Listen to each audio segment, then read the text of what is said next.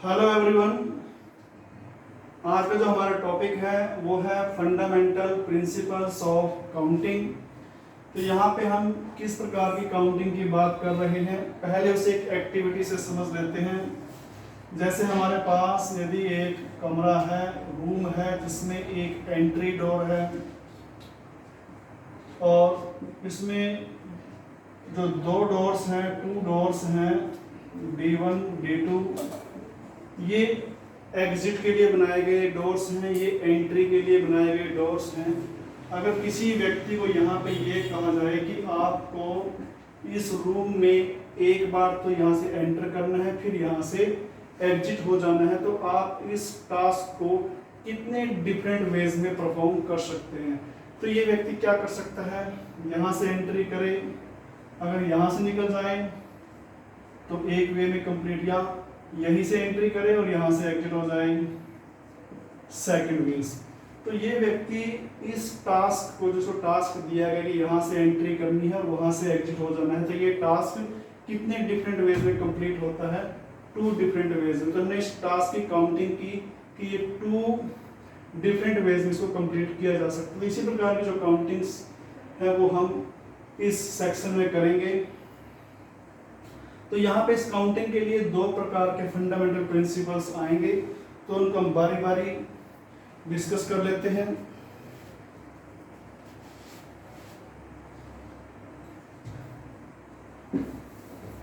जो हमारा first principle है वो है फंडामेंटल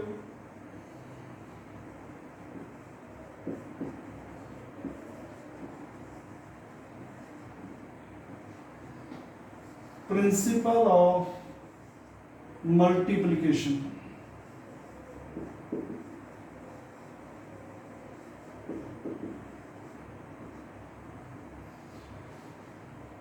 ये प्रिंसिपल काउंटिंग के लिए कौन सी फंडामेंटल प्रिंसिपल की बात करता है, मल्टीप्लिकेशन। मींस जब भी हमारे पास कोई टास्क हो या कोई टास्क है, कोई जॉब है, मान लेते टास्क लिया हमने, इस रूम में 2 एंट्री गेट्स हैं और 3 इसमें एग्जिट गेट्स लगाए हैं, D1 D2 D3। और इस व्यक्ति को कहा जाता है कि आपको इस रूम में एंट्री करनी है। जैसे ही एंट्री करनी है आपको तुरंत इन 3 गेट से आपको आउट होना है, एग्जिट होना है। तो आप इस टास्क को कितने डिफरेंट वेज में परफॉर्म कर सकते हो। तो इस टास्क को फंडामेंटल प्रिंसिपल ऑफ मल्टीप्लिकेशन जो है वो क्या कहता है, वो ये कहता है कि मान लीजिए ये जो टास्क है ये 2 जॉब्स में बटा हुआ है, जॉब 1 जॉब 2। अब जॉब 1 को परफॉर्म करने कितने वेज हैं। जॉब 1 में करना क्या है कि आपको इस रूम के अंदर एंट्री करनी है। तो जॉब 1 को परफॉर्म करने के हमारे पास कितने डिफरेंट वेज हैं, 2। ऐसे ही जॉब 2 में ये डिफाइन कर लेते हैं कि आपको इस रूम से एग्जिट होना है, तो आपके पास एग्जिट होने के डिफरेंट कितने वेज हैं, 3।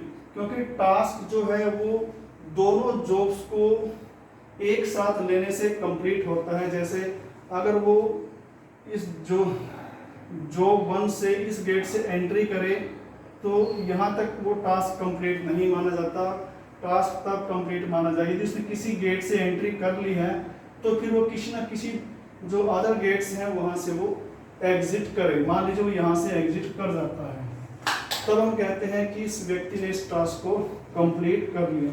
मतलब यहाँ पे जॉब 1 जैसे ही कंप्लीट होती है तुरंत उसके बाद जॉब 2 को परफॉर्म करना है। तो इस प्रकार से इस टास्क को कितने डिफरेंट वेज में कंप्लीट किया जा सकता है।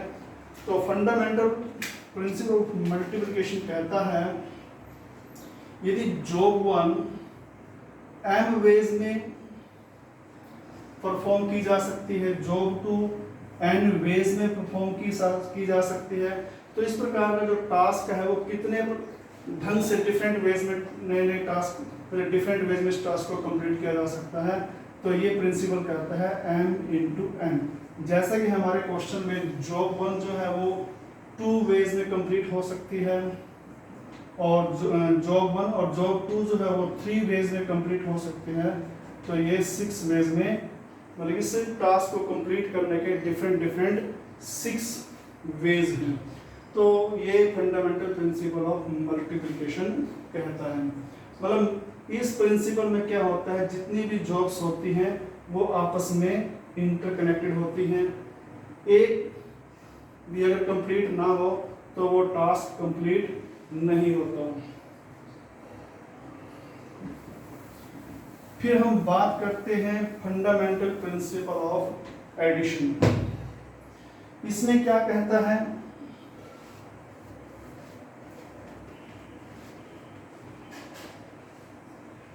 Second fundamental principle of addition.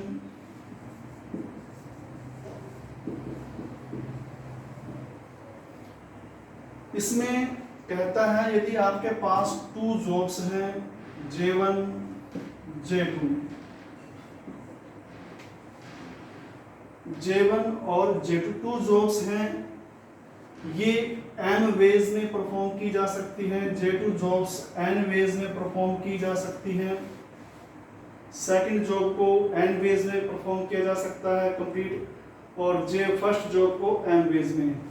और दोनों ही जॉब्स कैसी हैं, इंडिपेंडेंट। मतलब अगर ये जॉब कंप्लीट हो जाए तो जरूरी नहीं है कि आपको ये कंप्लीट करनी है, अगर ये कंप्लीट हो जाए तो ये भी जरूरी नहीं है कि आपको ये कंप्लीट करनी है। अगर कोई भी एक इनमें से कंप्लीट हो जाए तो आपका टास्क कंप्लीट माना जाएगा।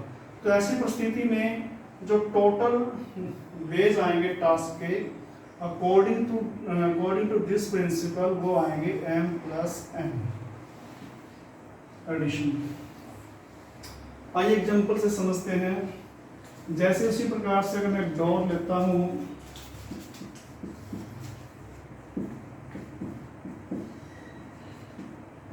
इसमें मैंने यहाँ पे 2 विंडोज ली हैं, 2 विंडोज, और यहाँ पे 3 डोर्स लिए हैं, और इन डोर्स से भी इस रूम में एंट्री की जा सकती है और विंडोज से भी एंट्री की जा सकती है, क्योंकि विंडोज कुछ इस प्रकार की है कि यहाँ से भी एंट्री की जा सकती है। अगर इस व्यक्ति को ये कहा जाए कि आपके पास टास्क ये है कि आपको इस रूम में एंट्री करनी है, तो आप इस टास्क को कितने डिफरेंट वेज में परफॉर्म कर सकते हो।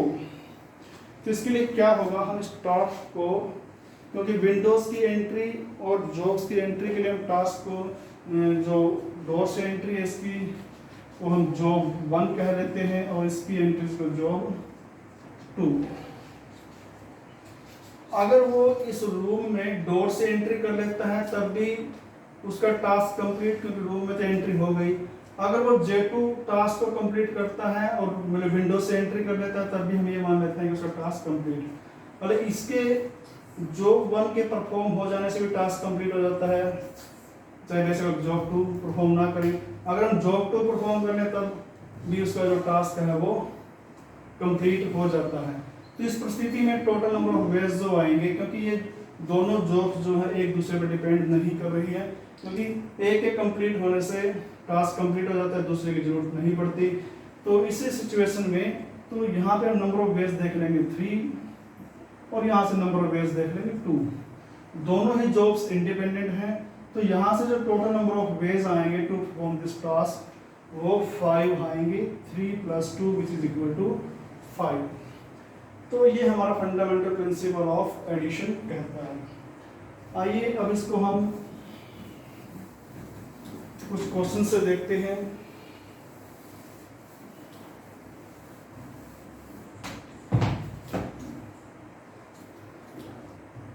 अगर हमारे पास कोई क्लास है, कोई कक्षा है जिसमें 5 बॉयज हैं, 4 गर्ल्स हैं, तो हमारे पास 2 टास्क डिफाइन किए गए हैं। फर्स्ट टास्क ये है कि आपको इस क्लास से 2 रिप्रेजेंटेटिव्स सिलेक्ट करने हैं।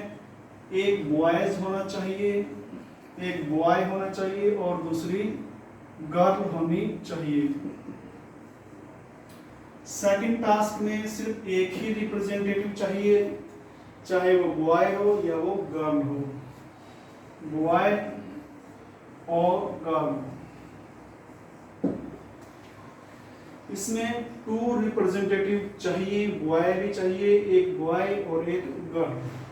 लिख लेते हैं 1 बॉय 1 गर्ल, 1 बॉय और 1 गर्ल। तो ये टास्क कितने डिफरेंट वेज में कंप्लीट किया जा सकता है ये बताना है, और जो सेकंड टास्क है ये कितने डिफरेंट वेज में कंप्लीट किया जा सकता है ये बताना है। तो इसमें हम क्या करेंगे, अगर फर्स्ट पार्ट को लें, यहाँ पे फर्स्ट टास्क को हम 2 जॉब्स में डिफाइन कर लेते हैं अलग अलग। J1 कर लेते हैं selecting a boy for representative,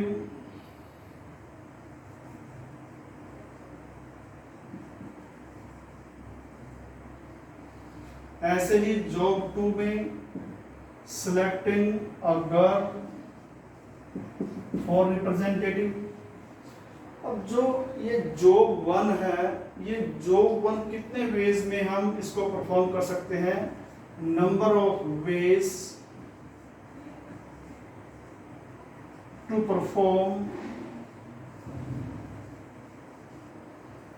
perform job 1, J1 लिख देता हूं, job 1।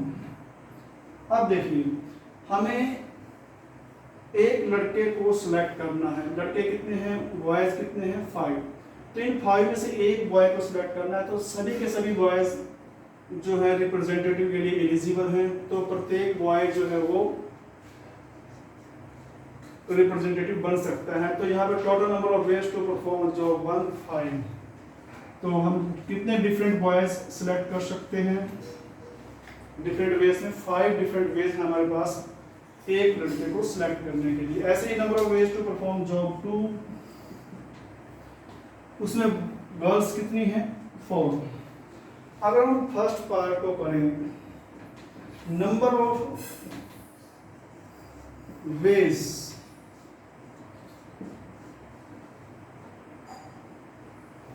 To complete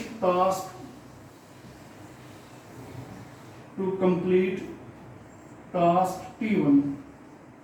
task T1 को कंप्लीट करने के कितने वेज है। टास्क T1 क्या होगा, अब एक बॉय एक गर्ल, अगर आप एक बॉय सिलेक्ट करते हो तो उसके साथ एक गर्ल भी सिलेक्ट करनी है।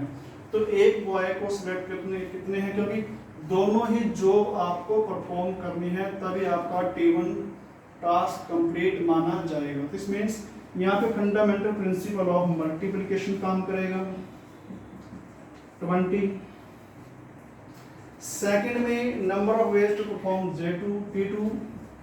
इसमें क्या है, अगर एक बॉय सिलेक्ट हो जाए तब भी हमारा एक रिप्रेजेंटेटिव मिल जाएगा, या एक जो गर्ल है वो सिलेक्ट हो जाए तब भी हमारा, मतलब यहाँ पे और आ गया, कोई भी एक जॉब यहाँ पे कंप्लीट हो जाती है तो ये टास्क कंप्लीट हो जाता है। बट मीन्स यहाँ पे दोनों जो जॉब्स हैं T2 केस में इंडिपेंडेंट हैं, वो एक दूसरे पर डिपेंड नहीं करती है।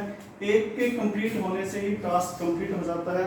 इट मीन्स इंडिपेंडेंट जॉब्स हैं तो इनके रिजल्ट्स जो हैं वो ऐड होंगे। 5 + 4 9। तो इस प्रकार से हमारा जो ये प्रॉब्लम है ये इजीली सॉल्व हो जाती है।